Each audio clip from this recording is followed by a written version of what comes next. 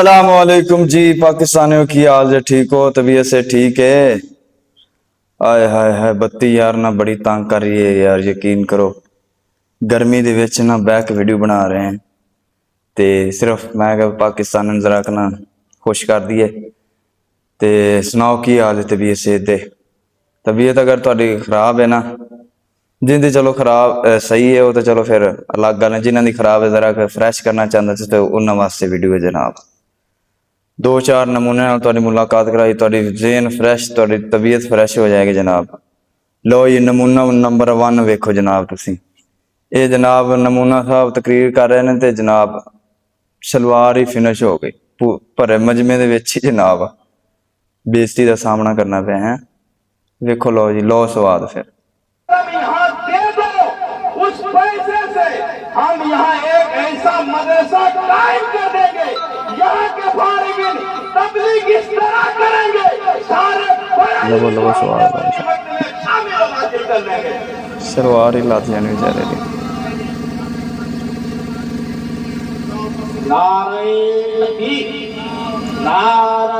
लो जी जनाब एक नमूना तुसी वेख लिया ये जे सरकार दीन की खिदमत हो रही है जी। इन्होंने तुम समझो कि जनाब बड़े दीन दे दाई ते दीन दे मुबल्लग ने यह चीज़ां ने विचों वे जिन्होंने अपनी सलवार तक का नहीं पता।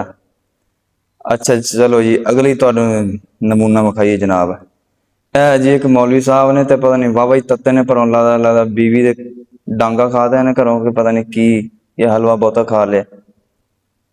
इन्हें जनाब स्पीकर ही जांदा किया आवाम दे विच। इन्हें लो जी वेखो फिर वो आवाम उवें दी बैठी जेडे फड़ के उन्होंने वजाया नहीं तो तबीयत साफ करनी चाहिए सी कि 5-6 बंदियां दा तो इन्हें सिर पाड़ता होना सिर लै गए होना। वेखो हुण जरा तुसीं लवो स्वाद है।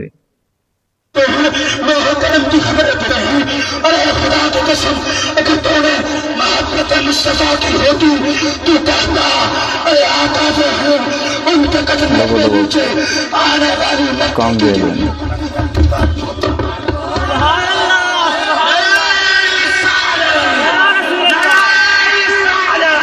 हाँ जी जनाब लै लिया स्वाद ना ये नमूने जनाब पाकिस्तान पता नहीं केड़ी नुक्कर च पाए जाते मैनूं तो कोई समझ नहीं आती यार।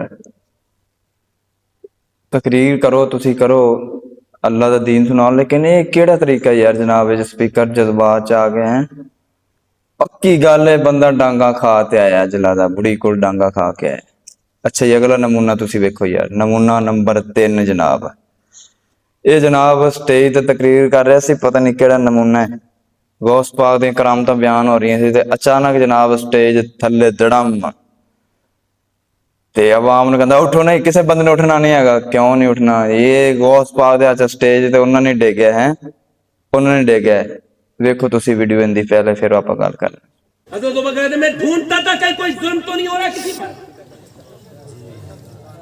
अच्छा सुनो अबू बकर ने हुजूर को कब माना था? खिंच के रख तेरा जब माशाअल्लाह सुभान अल्लाह बैठो बैठो बैठ जाओ बैठो क्या समझ रहे हो कहीं से ये गौस पाक के हाथ में मिंबर बैठो।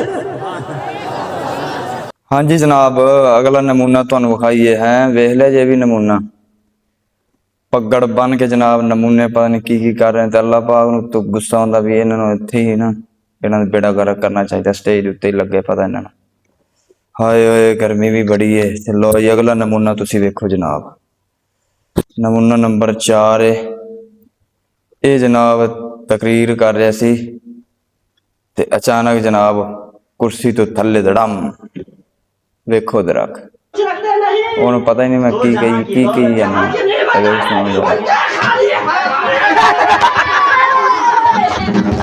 गर्मी बड़ी यार पाकिस्तान इंजॉय करो बारह छो यार बाकी साड़ी खैर है तुसी इंजॉय करो।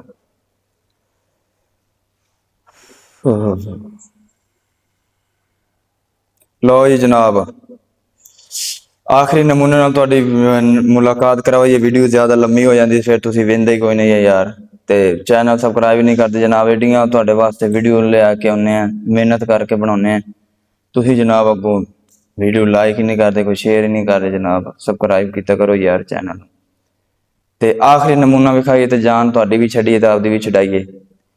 ਇਹ ਜਨਾਬ ਇਹ ਨਮੂਨਾ ਸਾਹਿਬ ਇਹ ਵੀ ਸੀਨ ਉਵੇਂ ਦਾ ਹੀ ਹੈ, ਬਸ ਥੋੜਾ ਜਿਹਾ ਚੇਂਜਿੰਗ ਹੈ। ਇਹ ਜਨਾਬ ਤਕਰੀਰ ਕਰ ਰਿਹਾ ਹੈ, ਮੌਲਵੀ ਉੱਤੇ ਭੁੜਕਣ ਡਿਆ ਕੁਰਸੀ ਦੇ ਉੱਤੇ, ਕੁਰਸੀ ਵਿਚਾਰੀ ਨੇ ਭਾਰ ਬਰਦਾਸ਼ਤ ਨਹੀਂ ਕੀਤਾ, ਚੰਗਾ ਭੁੜਕਣ ਡਿਆ ਸੀ ਤੇ ਕੁਰਸੀ ਨੇ ਭਾਰ ਬਰਦਾਸ਼ਤ ਨਹੀਂ ਕੀਤਾ। ਕੁਰਸੀ ਨੇ ਕਿਹਾ ਚਲੋ ਜੀ ਤੂੰ ਉੱਤੇ ਭੁੜਕਦਾ ਰਿਹਾ ਤੇ ਮੈਂ ਚੱਲਣੀ ਆ ਥੱਲੇ। ਲਓ ਜੀ ਲਵੋ ਸਵਾਦ ਫਿਰ।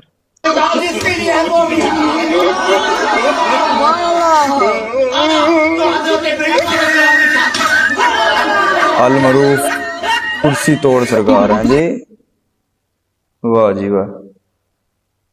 लो ये नमूने तुहाडे नाल मुलाकातां नमूने ने करवाइयां ने। अगर तुहानूं वीडियो पसंद आवे अच्छी लगे लाइक शेयर करो कमेंट करो ते मिलने नेक्स्ट वीडियो दे अंदर।